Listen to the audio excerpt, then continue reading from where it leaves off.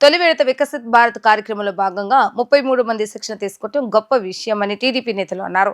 హైదరాబాద్ ఎన్ఐఆర్డీలో శిక్షణ పొందడానికి బయలుదేరిన 33 మంది ఎక్కిన బస్ను ఎంపీ కార్యాలయం వద్ద తెలుగుదేశం నేతలు జెండా ఊపి ప్రారంభించారు. AP building and constructions workers advisory committee chairman Gottimukkala Raghuramaraju, Aryavysya development corporation chairman నుండి రాకేష్, మాజీ మేయర్ కోనే శ్రీధర్ తదితరులు జెండా ఊపి ఈ బస్సులను ప్రారంభించారు. అతి త్వరలో 100 మందికి పైగా శిక్షణ ఇప్పించేందుకు ఎంపీ ప్రణాళికలు సిద్ధం చేశారన్నారు.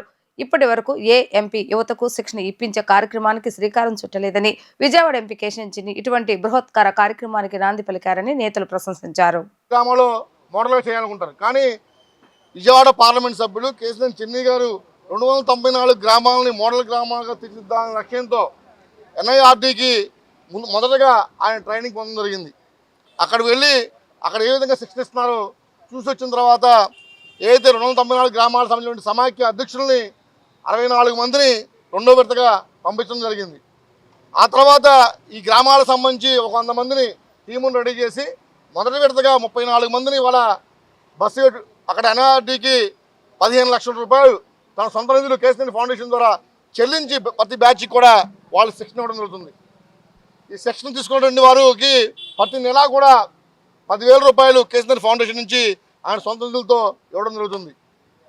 భారతదేశంలో ఏ పార్లమెంట్ సభ్యుడు చేయని విధంగా ఈయన చేసినందుకు ముందుగా ఆయన అభినందిస్తూ ఉన్నాం.